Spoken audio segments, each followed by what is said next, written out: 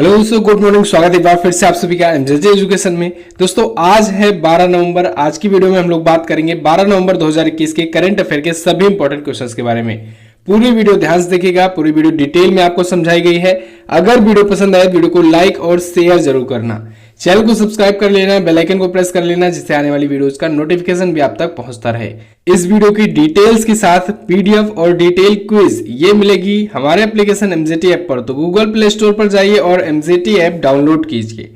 चलिए बात करते हैं लास्ट डे के क्वेश्चंस की। लास्ट डे का हमारा पहला क्वेश्चन था आपसे, उत्तरांचल का नाम बदलकर उत्तराखंड कब किया गया? तो 2007 में किया गया था। बिरसा मुंडा अंतर्राष्ट्रीय हॉकी स्टेडियम कहां पर स्थित है? ये ओडिशा में स्थित है। दुनिया का एकमात्र ब्रह्मा मंदिर पुष्कर राजस्थान में है। भारत के वर्तमान मुख्य आर्थिक सलाहकार के सुब्रमण्यम जी हैं, कृष्णमूर्ति सुब्रमण्यम जी हैं। क्लियर? इन सभी क्वेश्चंस के बारे में कई लोगों ने डिटेल में आंसर किया था और काफी लोगों ने आंसर किया था। आप सभी लोग आंसर जरूर किया करो। चलिए बात करते हैं आज के दिन के पहले क्वेश्चन की। तो पहला क्वेश्चन, मोस्ट इंपॉर्टेंट क्वेश्चन, राष्ट्रीय शिक्षा दिवस कब मनाया जाता है? तो नेशनल एजुकेशन डे दोस्तों प्रत्येक वर्ष 11 नवंबर को मनाया जाता है। 11 नवंबर को मौलाना अबुल कलाम आजाद जी की जयंती के अवसर पर मनाया जाता है, जो कि भारत के पहले शिक्षा मंत्री थे। स्वतंत्र भारत के पहले शिक्षा मंत्री मौलाना अबुल कलाम आजाद, इनकी जयंती के अवसर पर मनाया जाता है। ध्यान रखिएगा, ये अबुल कलाम आजाद हैं, ठीक है, अबुल कलाम आजाद। बहुत लोग कंफ्यूज होकर अब्दुल कलाम बोल देते हैं। अब्दुल कलाम जी दोस्तों भारत के प्रेसिडेंट बने थे, ठीक है, तो वो तो राष्ट्रपति थे और साइंटिस्ट भी थे। ये अबुल कलाम आजाद ये स्वतंत्रता के टाइम पर ये स्वतंत्रता सेनानी तो थे ही, साथ ही साथ भारत के पहले शिक्षा मंत्री बने। ओके, तो इनकी जयंती होती है 11 नवंबर को। इस वजह से हम लोग मनाते हैं नेशनल एजुकेशन डे, राष्ट्रीय शिक्षा दिवस। ये मानव संसाधन विकास मंत्रालय के द्वारा 11 सितंबर 2008 को घोषित किया गया था इस दिन को। तब दोस्तों मानव संसाधन विकास मंत्रालय के नाम से जाना जाता था हमारा जो अभी का शिक्षा मंत्रालय है, ठीक है, याद होगा शिक्षा मंत्रालय का पुराना नाम था ये 1947 को जब भारत आजाद हुआ तब से लेकर 2 फरवरी 1958 तक शिक्षा मंत्री रहे। ये कांग्रेस के अध्यक्ष बनने वाले सबसे कम उम्र के व्यक्ति भी बने थे। इनको दोस्तों मरणोपरांत 1992 में भारत रत्न से सम्मानित किया गया। इनको एक बार और सम्मानित किया गया था इससे पहले भी, लेकिन इन्होंने वापस कर दिया था।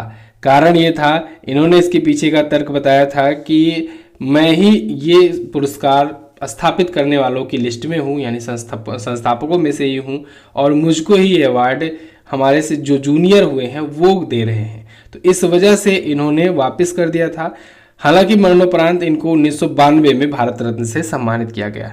क्लियर है? तो राष्ट्रीय शिक्षा दिवस आप बताएंगे 11 नवंबर को। एक विश्व छात्र दिवस होता है, वो कब मनाया जाता है? वो 15 अक्टूबर को मनाया जाता है दोस्तों। एपीजे अब्दुल कलाम जी की जयंती के अवसर पर मनाया जाता है विश्व छात्र दिवस। तो ये भी याद रखेंगे आप। अगला, अंतरराष्ट्रीय सौर गठबंधन का 101वां सदस्य कौन बना? तो अंतरराष्ट्रीय सौर गठबंधन इंटरनेशनल सोलर अलायंस का 101वां सदस्य बन गया है America. United states of America आखिरकार सदस्यता ग्रहण कर लिया है इंटरनेशनल सोलर अलायंस का।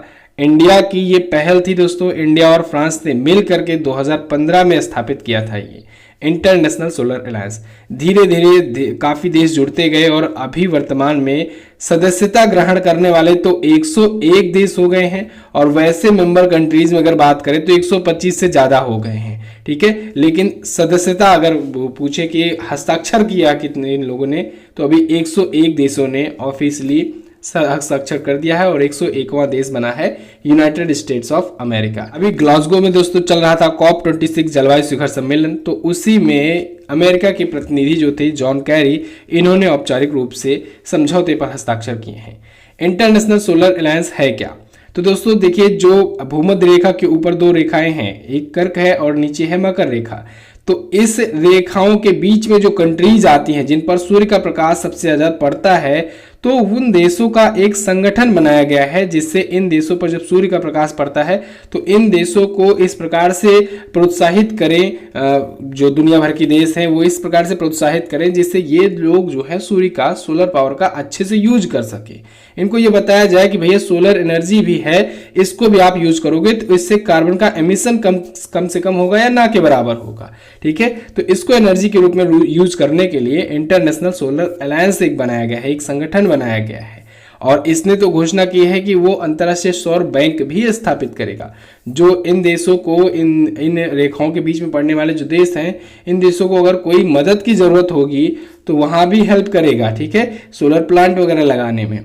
तो बहुत सारी चीज़ें हो रही हैं। अभी आपको वन वर्ल्ड वन ग्रिड और वन सन योजना भी बताया था मैंने, इसी COP26 में ये आया था चर्चे में। तो उसके तहत भी ये था कि जितनी भी देश इससे जुड़ेंगे उनको एक ग्रिड से जोड़ा जाएगा, जिनको ज़रूरत पड़ेगी सोलर एनर्जी की उस टाइम पर उनको दे दिया जाएगा। अभी मान लीजिए कि आपके यहाँ सूर्य अच्छे से चमक रहा है तो आप अभी एनर्जी वहां से इकट्ठा कर लो, उसके बाद किसी दूसरे देश पे, क्योंकि भाई पृथ्वी गोल है, एक तरफ अगर दिन है दूसरी तरफ रात है, तो जिस तरफ आ रही है सोलर एनर्जी प्रॉपर तरीके से उस तरफ आप स्टोर करो, दूसरे देश की तरफ जहां नहीं पहुंच पा रही उसको आप बेच भी सकते हो, ठीक है। तो यानी एक ग्रिड से जोड़ने पर यही एक फायदा होगा।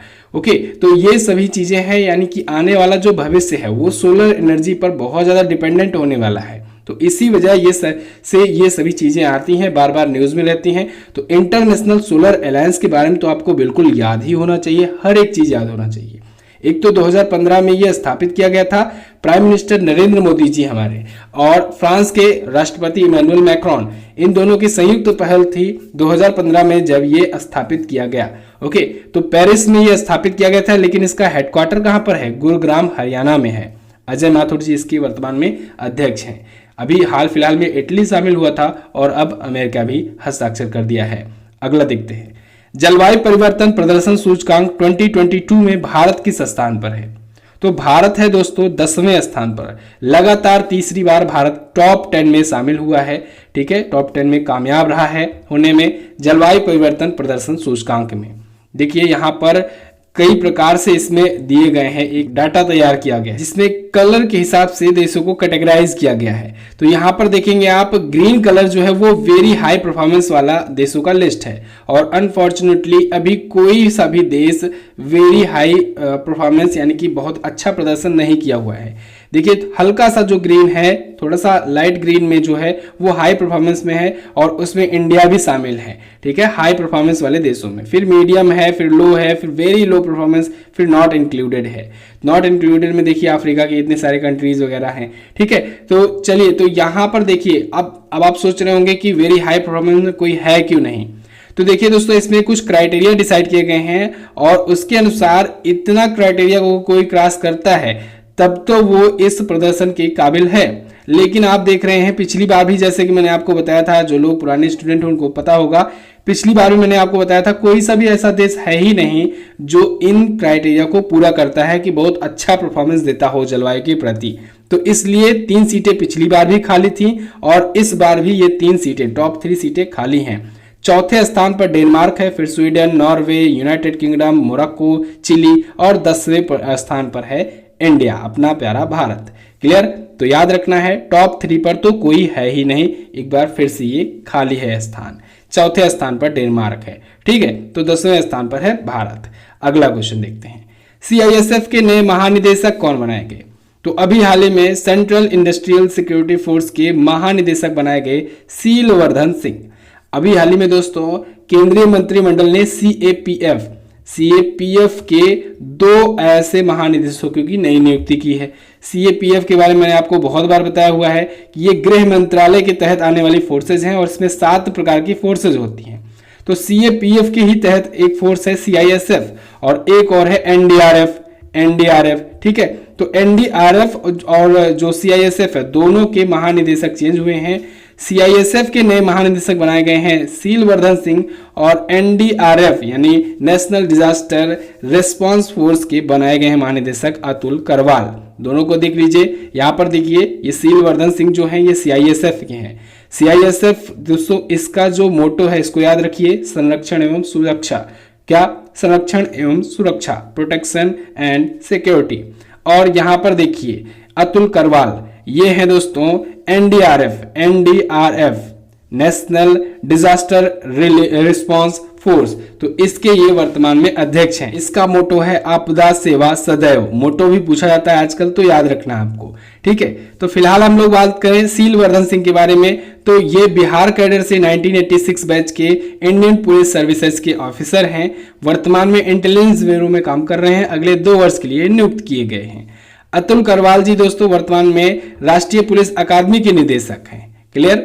सीआईएसएफ की स्थापना 1969 में हुई थी, नई दिल्ली में इसका भी हेडक्वार्टर है। और एनडीआरएफ की स्थापना 2006 में की गई थी, इसका हेडक्वार्टर नई दिल्ली में है। क्लियर। चलिए अगला देखते हैं। अच्छा देखिए, दोनों का अलग अलग काम है। मैंने आपको सभी के कामों के पर बना करके एक वीडियो भी दी हुई, आपको यूट्यूब पर ढूंढना है नेशनल एजेंसीज एमजेटी एजुकेशन, मिलेगी वीडियो जरूर। देखिए सीआईएसएफ का काम क्या होता है, जो इंडस्ट्रीज वगैरह होती हैं उनमें जो सिक्योरिटी फोर्सेज होती हैं वो सीआईएसएफ की फोर्सेज होती हैं। और जो भी डिजास्टर आते हैं, जो भी आपदाएं आती हैं, तो आपदाओं के लिए ये जो आपदा मोचन बल है ये काम आता है। ठीक है, जैसे कि अभी उड़ीसा वगैरह में देखते हो आप, लगातार आता रहता है तूफान वगैरह। ठीक है, या फिर कहीं पर भी उत्तराखंड में आप देखते रहते हो, वहां पर त्रासदी वगैरह होती रहती है, तो वहां पर एनडीआरएफ की फोर्स जाती है। तो सबका अलग अलग काम है, ये सभी सीएपीएफ का हिस्सा है। सीएपीएफ यानी कि सेंट्रल आर्म्ड पुलिस फोर्स, ये गृह मंत्रालय के तहत आती है। गृह मंत्रालय का पूरा कंट्रोल होता है।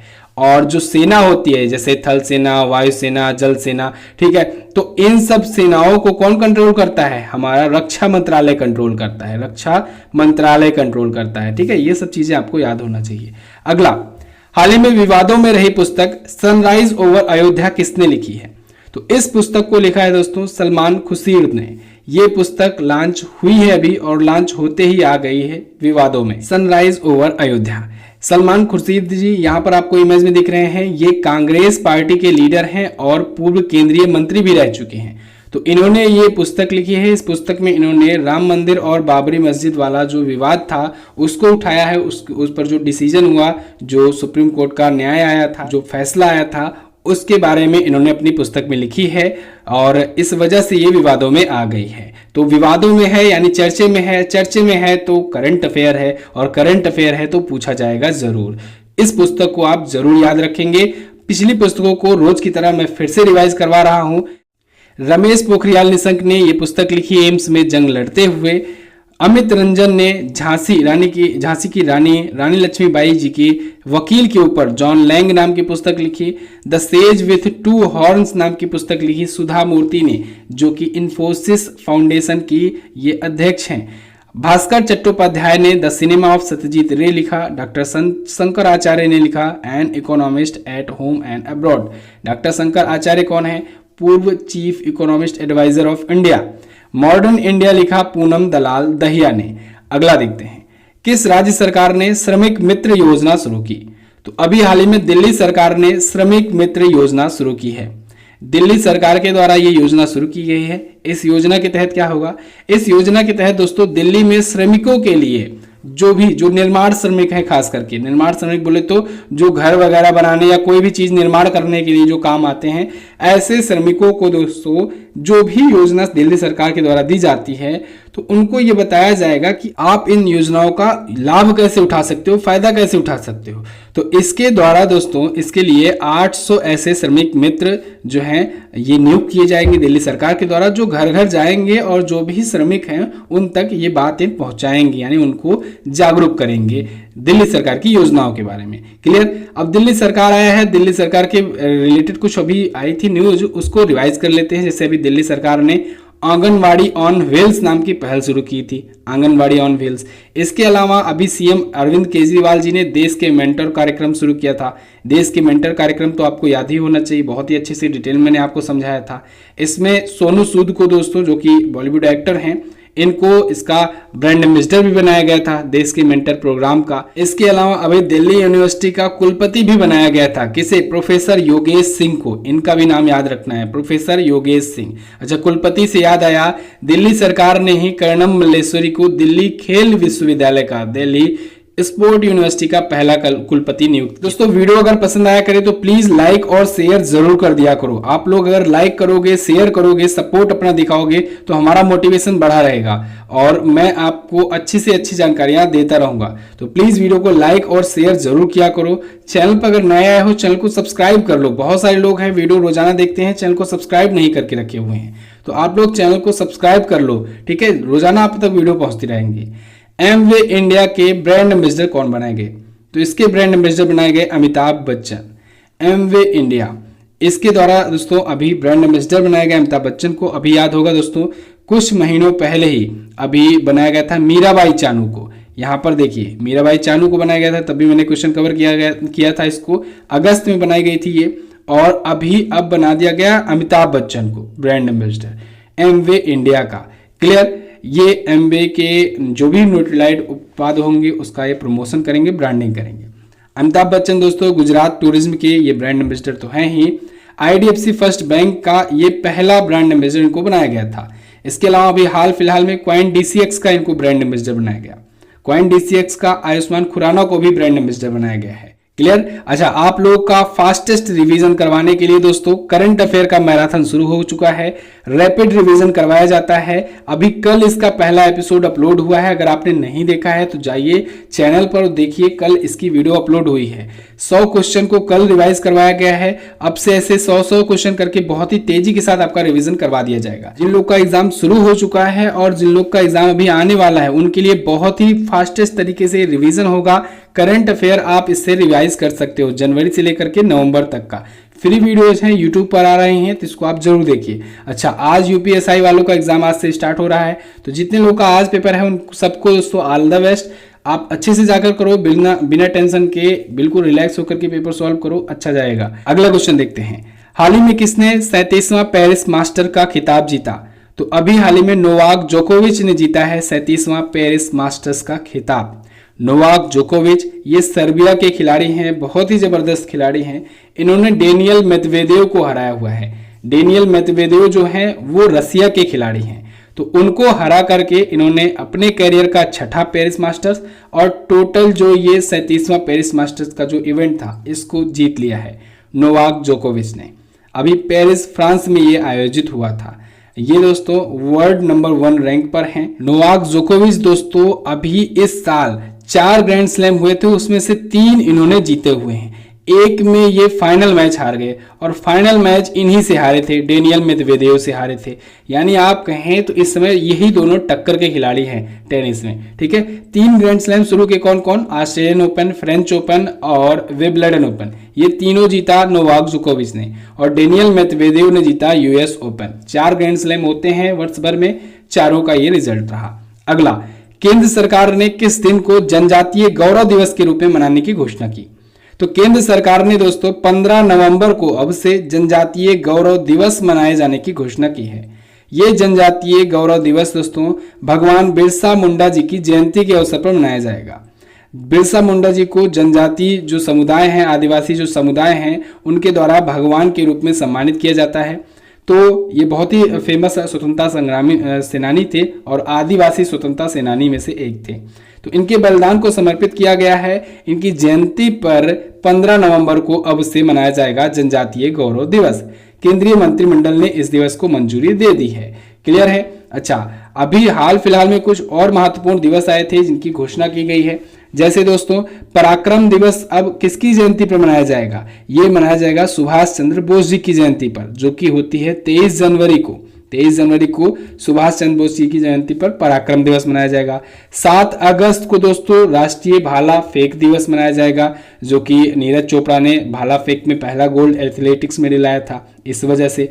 इसके अलावा दोस्तों 11 फरवरी को समर्पण दिवस मनाया जाता है। ठीक है, पंडित दीनदयाल उपाध्याय जी की पुण्यतिथि होती है, उनकी याद में। इसके अलावा दोस्तों एक और दिवस है पंडित दीनदयाल उपाध्याय जी से उनका जो जयंती होता है 25 सितंबर को, तो उनकी जयंती पर घोषणा किया गया था अंत्योदय दिवस। तो ये भी आपको याद रखना है। ये सभी हाल फिलहाल में जो दिवस घोषित हुए हैं उनके बारे में बता रहा हूं मैं। ठीक है, तो इनको आपको याद रखते चलना है, ये पूछे जाएंगे। अगला, किस नागरिक सम्मान से सम्मानित प्रसिद्ध शिक्षाविद कोनेरू रामकृष्ण राव का निधन हो गया?